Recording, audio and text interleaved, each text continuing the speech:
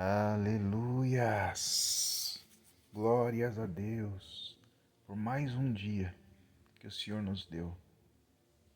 Mais um dia no qual a graça nos, nos surpreendeu, nos supriu, nos livrou. Porque a graça do Senhor opera tudo isso e muito mais, trazendo milagres extraordinários nas nossas vidas e pelas nossas vidas. Amado irmão, amada irmã, a paz do Senhor. Você está bem? Como foi o teu dia? Você viveu também a graça e o extraordinário que ela traz? Se você não experimentou nada disso ainda, ou de repente já faz algum tempo que não experimenta, bem, volta. Volta para o primeiro amor.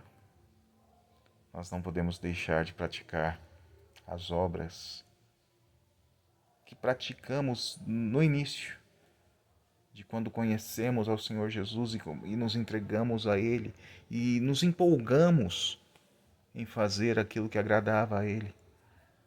Esse é o primeiro amor.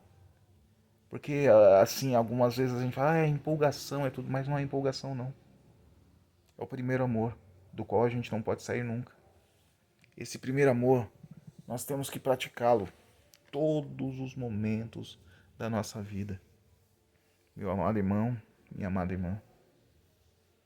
E eu falo para você, não é fácil manter isso, não. Mas depende de nós. O que ele tinha que fazer, ele já fez. Ele disse, está consumado. Tudo que você precisa já está garantido. Toda graça, todo poder, toda unção, toda autoridade já está sobre você, está sobre mim. Já nos foi dado. É algo que é irrevogável, que não muda. Porque o que ele determinou sobre as nossas vidas, ninguém pode mudar. O diabo não pode fazer nada. Ele não tem autoridade sobre nós. Ele tem poder? Ele tem poder quando abrimos espaço para ele ter. Mas se agirmos conforme a palavra de Deus, a autoridade da palavra de Deus o repreende contra as nossas vidas. Porque é o poder da obediência, amado irmão. Mas ainda assim, mesmo em obediência, podemos viver reveses? Sim, porque faz parte do propósito. Então é obra do diabo. Muitas vezes, amado irmão, tem coisas. É obra do diabo. Eu não vou falar que o que é ruim não é obra dele. Tudo que é ruim, tudo que é mal, tem mão do inimigo com certeza, mas algumas coisas são permissão de Deus. Faz parte do propósito que Deus tem. Porque o que levou Jesus para a cruz foi o diabo, mas pelo propósito de Deus. Porque foi o diabo que o fez ser crucificado. Sim, mas o diabo não venceu Jesus, porque Jesus venceu a morte. E está vivo eternamente, aleluias. Ele é o autor e consumador da nossa fé. Amado irmão, amada irmã, ele venceu e nos fez mais do que vencedores nele, por ele, através do que ele consumou. E louvado seja o Senhor por isso. Meu irmão, minha irmã, não tem sido fácil viver? Não, não tem. Não é fácil enfrentar as lutas, não, e nunca vai ser. Você consegue entender que todo o processo que você tem vivido tem te preparado para algo? Muitas vezes a gente não consegue, como eu falei, o processo, muitas vezes a gente não entende. Como eu falei, eu falo de José muitas vezes e falo de novo agora. José não entendeu por que ele foi vendido pelos irmãos. Por que ele foi tentado pela mulher de Potifar. Por que ele foi preso injustamente. Por que ele sofreu tanto, ele não entendeu. Mas quando ele foi colocado como governador, aí sim ele conseguiu compreender o propósito. Porque senão ele não iria ser um instrumento de Deus da forma que ele foi. Com tanta autoridade. Porque até mesmo quando vivemos o propósito de Deus, quando estamos em obediência diante da palavra, diante do propósito, a gente enfrenta um processo árduo, difícil, mas a exaltação vem. Não foi fácil para José, mas Deus o exaltou. Até que chegou o momento em que ele levou a família toda para o Egito. Voltou a ver seu pai, voltou a ver os seus irmãos, voltou a ter uma família estruturada e agora abençoada através dele, que era o menor da família. Ele não foi o menor porque ele tinha um irmão mais novo, Benjamim, mas ele era o menosprezado da família, porque ele era o sonhador mor, como os irmãos chamavam ele, o sonhador e o preferido do pai. Mas por que ele era o preferido do pai? Ele era o primeiro filho da mulher amada dele. Sim, amado irmão, amada irmã. José foi o mais amado dos filhos, não por acaso. E também não era porque ele fez uma seleção, não é esse aqui que eu amo mais. Não. É porque, primeiramente, a sua esposa amada era estéril. Não conseguia ter filhos. Mas Deus concedeu essa graça a ela. Então ela teve filho.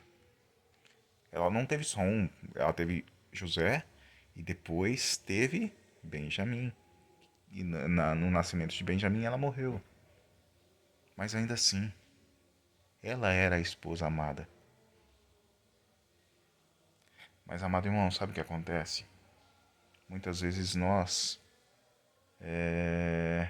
não nos atentamos aos detalhes, aos propósitos específicos. Eu tenho meditado bastante sobre os filhos, né? De Jacó, ou de Israel, na verdade, os filhos de Israel. É Jacó da mesma forma, mas é Israel para nós. Jacó é o passado. Israel é o presente. É o que Deus determinou para a vida dele. Mas então, dos filhos de Israel, eu falo, se você perceber, como eu já falei sobre isso, mas eu falo, Leia, que é a segunda esposa, não era a amada, não foi a escolhida. Ele fez tudo para casar com quem? Com Raquel. Mas o seu sogro deu Leia. Então, ele depois casou com Raquel. Mas aí o que aconteceu? Deus viu que Leia era desprezada. Era menosprezada, era diminuída. Se sentia menor, se sentia feia. Então, Deus nunca nunca deixa o menor ser humilhado. E principalmente quando o menor confia nele. Ah, mas qual o respaldo, Olha, amado irmão, medite da seguinte maneira. Não mostra ali, era uma mulher de fé, uma mulher... Não. Mas ali eu digo para você, se você analisar pelo contexto geral, ela tinha fé em Deus, sim. Ela confiava em Deus, sim. E principalmente, a palavra de Deus, aí eu vou para outros textos, de outras referências bíblicas, mas para levar a compreensão desta. A palavra de Deus diz que os humilhados serão exaltados. A palavra de Deus diz que há um tempo certo para todo propósito. Mas aí, Jacó casou primeiro com Leia, depois com Raquel. Mas aí, quando casou com Raquel, ele falou, bom, agora casei com a mulher que eu amo. Eu falo na cabeça dele. Mas Deus concedeu graça a quem? Para ter filhos. Quem começou tendo um atrás do outro? Qual das esposas de Jacó teve mais filhos? Ó, ele só teve duas esposas e duas concubinas. Vamos separar primeiramente por filhos sem contar a história. Uma teve 6 filhos e as outras, cada um teve 2. A que teve 6 filhos foi exatamente a que ele desprezou. Leia. 6 filhos, homens. 6 tribos de Israel saíram do ventre de Leia. Então, amado irmão, não se sinta menor, não. Não se sinta menor, não. Não se sinta menor. Não é essa a questão. Mas não se sinta desprezado, não se sinta humilhado, não se sinta diminuído e não se sinta esquecido. Principalmente por Deus. Porque Ele está vendo tudo. Ele vê o quanto você tem sofrido. O quanto você tem sido humilhado, o quanto você tem sido muitas vezes desprezado, deixado de lado, ignorado e tudo mais. Deus está vendo. Deus viu Leia passar por tudo isso, mas concedeu graça a ela e ela teve 6. 6 filhos. O primogênito dele saiu do ventre de quem? Da desprezada. É Ruben. Ruben é o primogênito de Israel. Mas aí eu falo para você, amado irmão, amada irmã, que aí veio Ruben, acho que Simeão, Judá, e por aí vai. Levi, Judá, acho que o Judá foi o quarto, se eu não me engano. Eu não sei a ordem certinho, mas ainda assim. É independente disso, porque agora isso não entra no contexto. Mas ainda assim eu falo para você, Deus honrou essa mulher. E ela deu 6 filhos, 6 tribos para a nação chamada Israel, que levou o nome dele. Mas eu falo, a promessa que Deus fez foi para Abraão. Por que a nação não chama Abraão, então? A nação não devia chamar Israel, devia chamar Abraão. Não, o propósito é de Deus. E nasceu de Abraão, nasceu Isaac. De Isaac nasceu Jacó. Jacó é Esaú, mas em Jacó que se cumpriu. Mas não em Jacó, e sim no homem transformado, no novo Jacó, que se tornou Israel. Israel foi o propósito específico e o cumprimento da palavra. Israel, pai das 12 tribos. Meu amado irmão, minha amada irmã. E as 12 tribos hoje, no dia de hoje, enfrentam guerra sim, porque os levantes todos são contra Israel. Sim, é verdade. Mas, sinceramente, eu vou falar dentro da minha ignorância, porque eu não conheço muito, não. Nem geografia, nem a parte econômica, financeira, política, eu não conheço muito sobre Israel. Sou muito ignorante em relação a isso. Peço perdão por isso, porque eu gostaria de saber mais para poder ministrar. Mas, eu digo para você, Israel é uma referência para todos nós, servos de Deus, pelo que a Bíblia nos revela. Não preciso de conhecimento acadêmico para saber disso. O que a Bíblia me traz como luz é o suficiente. Israel é uma referência para nós.